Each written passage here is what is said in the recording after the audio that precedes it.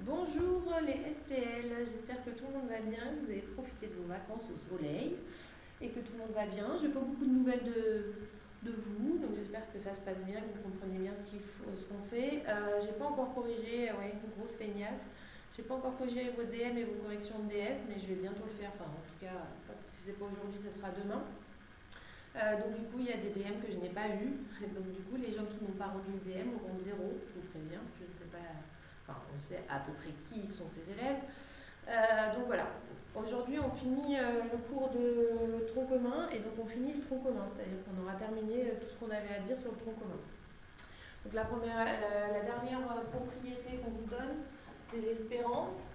Donc si vous avez une loi binomiale de paramètre n, donc le nombre de fois qu'on fait p, la probabilité de l'événement, l'espérance c'est n fois p. Donc je vais vous expliquer avec l'exemple précédent. Donc on avait un boulanger, c'était 3 baguettes et il y avait 97% de chance.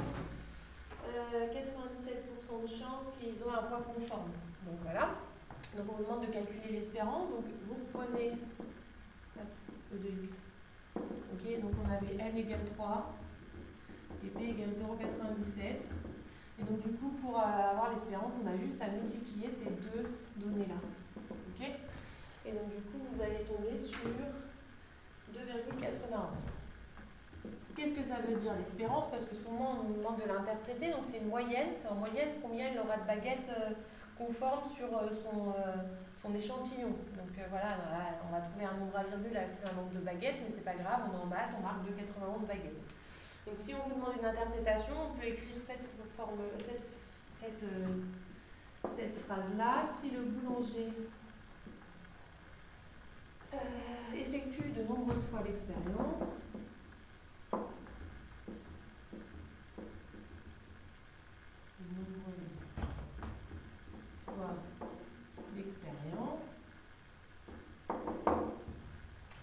il peut espérer obtenir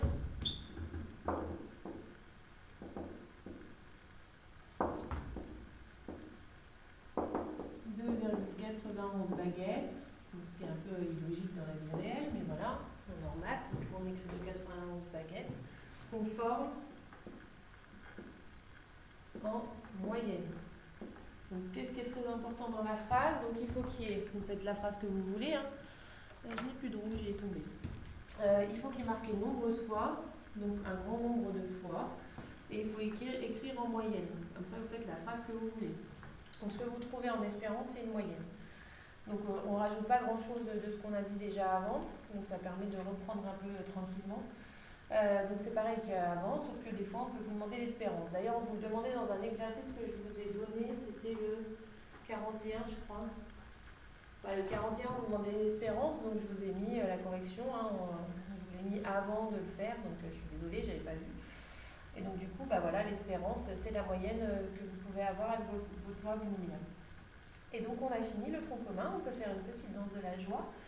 Et on verra la semaine prochaine si on peut se voir. On essaiera de se caler un truc pour voir si vous avez compris. Mais en tout cas, le tronc commun est terminé. Donc là, on va passer à la spécialité à partir de maintenant jusqu'à la fin de l'année. Je vous souhaite une belle fin de journée.